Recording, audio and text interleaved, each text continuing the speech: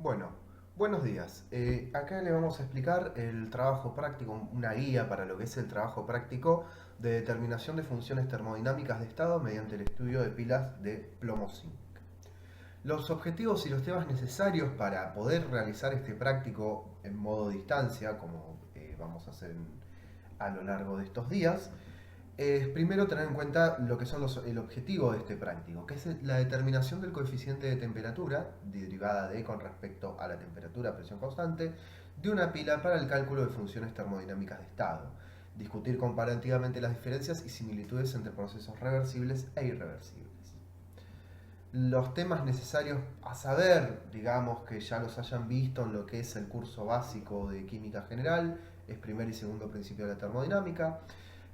Saber describir, digamos, y plantear una ecuación de Nernst, que es la ecuación presente en procesos redox en pilas, que ya lo han visto en los cursos de química básica y en química analítica. Notación de pilas, que ya también en teoría lo han visto.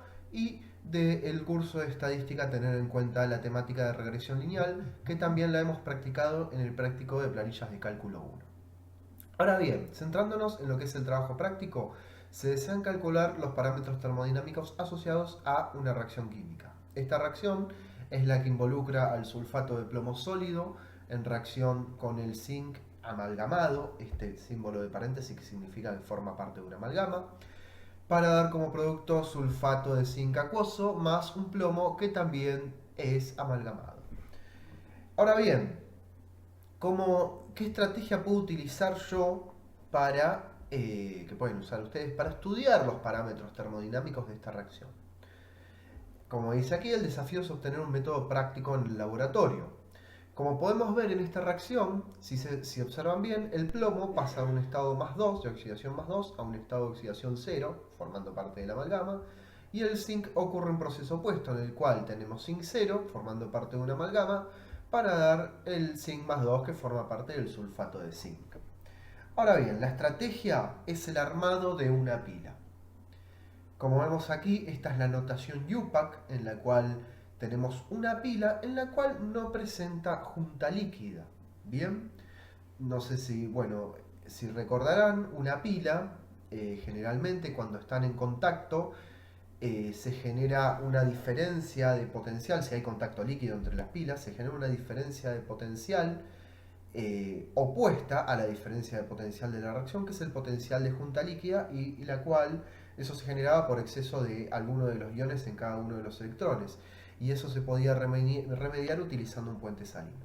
Como veremos más adelante, esta pila no necesita de junta líquida, ya que los compartimentos están separados y como podemos ver aquí, comparten ambos uno de esos electrolitos. La idea un poco es que, repasando un poco sus apuntes de la parte que han ya visto de electroquímica en las materias anteriores, puedan dilucidar cuál es el cátodo y cuál es el ánodo de esta reacción.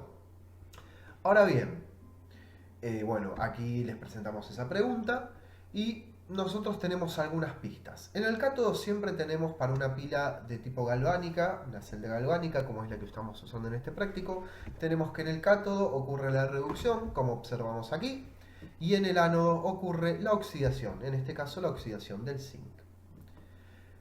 Bueno, la reacción global vamos a tener que es el sulfato de plomo, más, como hemos visto, más zinc amalgamado, da sulfato de zinc acuoso con el plomo amalgamado. La pregunta para que ustedes puedan pensar es si la reacción global es la misma que la representada en la filmina anterior. Vamos un poco a lo que es el procedimiento experimental. Primero, hablando un poquito de la pila, vamos a tener una pila con una forma de H en la cual vamos a tener conectores de ambos lados de cobre y electrodos de platino, y vamos a tener que uno de los electrodos tenemos el zinc amalgamado en contacto con una solución de sulfato de zinc 0,02 molar, en tanto que el otro electrodo tendrá la amalgama de plomo, el electrodo de platino, un sólido de sulfato de plomo que estará en equilibrio con la solución de sulfato de zinc 0,02 molar. Esta es la pila real que utilizamos en el laboratorio. Bueno, para hacer lo que es el procedimiento experimental, lo que van a hacer, lo que tendrían que hacer es en un baño termostático introducir la pila y setear diferentes temperaturas, 45 grados, 40, 35, aproximadamente un salto de 5 grados centígrados. Con eso vamos a registrar la temperatura en grados centígrados, que es lo que nos da el termostato, pasar esa temperatura a grados Kelvin, que es lo que nosotros, a Kelvin, perdón, que es lo que nosotros en la unidad con la que siempre nos manejamos, y anotar los valores de potencial que vamos registrando. Con los valores de potencial vamos a tener, sabemos que el delta G es menos n, que n es el número de electrones que circulan en nuestra reacción, por F, la constante de Faraday, 96.500 coulombs/mol, y E es la FEM que nosotros medimos de la pila. Por lo tanto, vamos a tener para distintos valores de temperatura, distintos valores de delta G. Eso es uno de los parámetros termodinámicos que debemos calcular. Ahora bien, nosotros tenemos que la derivada de delta G con respecto a la temperatura nos da de vuelta el N por la constante de Faraday por la derivada del potencial de la FEM con respecto a la temperatura a presión constante. Recuerden que trabajamos a presión constante. Eso es lo que se le llama el coeficiente isotérmico de la pila y es lo que hay que calcular en este trabajo práctico. ¿Cómo van a hacer para calcularlo? Van a tener valores de potencial y de temperatura, perdón, de fuerza electromotriz y de temperatura, y con eso van a hacer una regresión lineal. Recuerden que la regresión lineal y el gráfico deben ir adjuntados en el informe, eso es muy importante.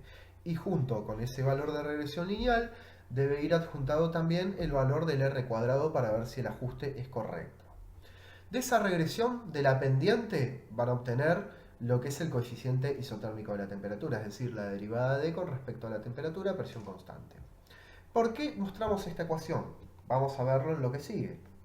Una de las ecuaciones de Maxwell, de las relaciones de Maxwell que van a ver en lo que es la teoría de segundo principio de la termodinámica, por ahora aceptémoslo así, dice que el diferencial de la función de estado G de la energía libre de X es igual a menos la entropía por el diferencial de la temperatura más el volumen por el diferencial de la presión.